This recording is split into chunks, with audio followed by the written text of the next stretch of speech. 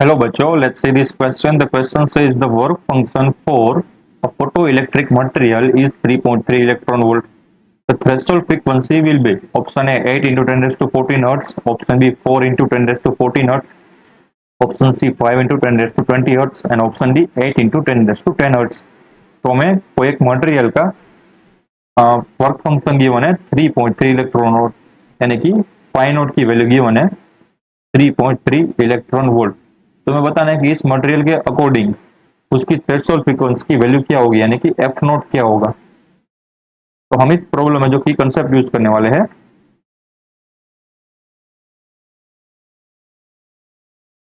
वो होगा equation of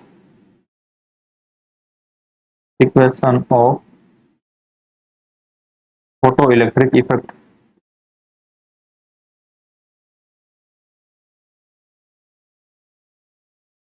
क्या गिवन होता है, incident photon energy is equal to work function of the material plus kinetic energy of the photo electron. तो हमें पता है कि जो ये फाई नोट होता है उसको फ्रीक्वेंसी के टर्म में ऐसे भी लिखा जाता है एच एफ नोट। ठीक है, तो एच एफ नोट, ये जो एफ नोट होती है वही होती है हमारी थ्रेशोल्ड फ्रीक्वेंसी। थ्रेशोल्ड फ्रीक्वेंसी तो यहां पर हम लिख सकते हैं phi naught can be written by H F naught. इसका फिजिकल मीनिंग क्या हुआ कि हमें इस मटेरियल से अगर फोटो इलेक्ट्रॉन्स चाहिए तो मिनिमम एफ नोट जितने फ्रीक्वेंसी का फोटोन इंसिडेंट करवाना पड़ेगा। ठीक है, इवेंचुअली हमें चाहिए इससे ग्रेटर एनर्जी। तो ये जो हमारी एफ नोट आई वो आई क्रिटिकल फ्रीक्वेंसी, जिसको बोलते हैं थ्रेशोल्ड फ्रीक्वेंसी। यानी कि एफ नोट जितनी फ्रीक्वेंसी मिनिमम फ्रीक्वेंसी से अगर फोटोन इस मटेरियल पर इंसिडेंट होगा तो इलेक्ट्रॉन अपनी ऑर्बिट में से बाहर निकलेगा। ठीक है, उसके पास काइनेटिक एनर्जी अभी भी जीरो ही होगी, बट जो हम बोल सकते हैं कि इलेक्ट्रॉन उसके जो बॉन्डिंग था, ठीक है, इलेक्ट्रॉन का वो टूट जाएगा एंड सिर्फ बाहर निकलेगा, जस्ट ऑर्बिट से बाहर निकल जाएगा।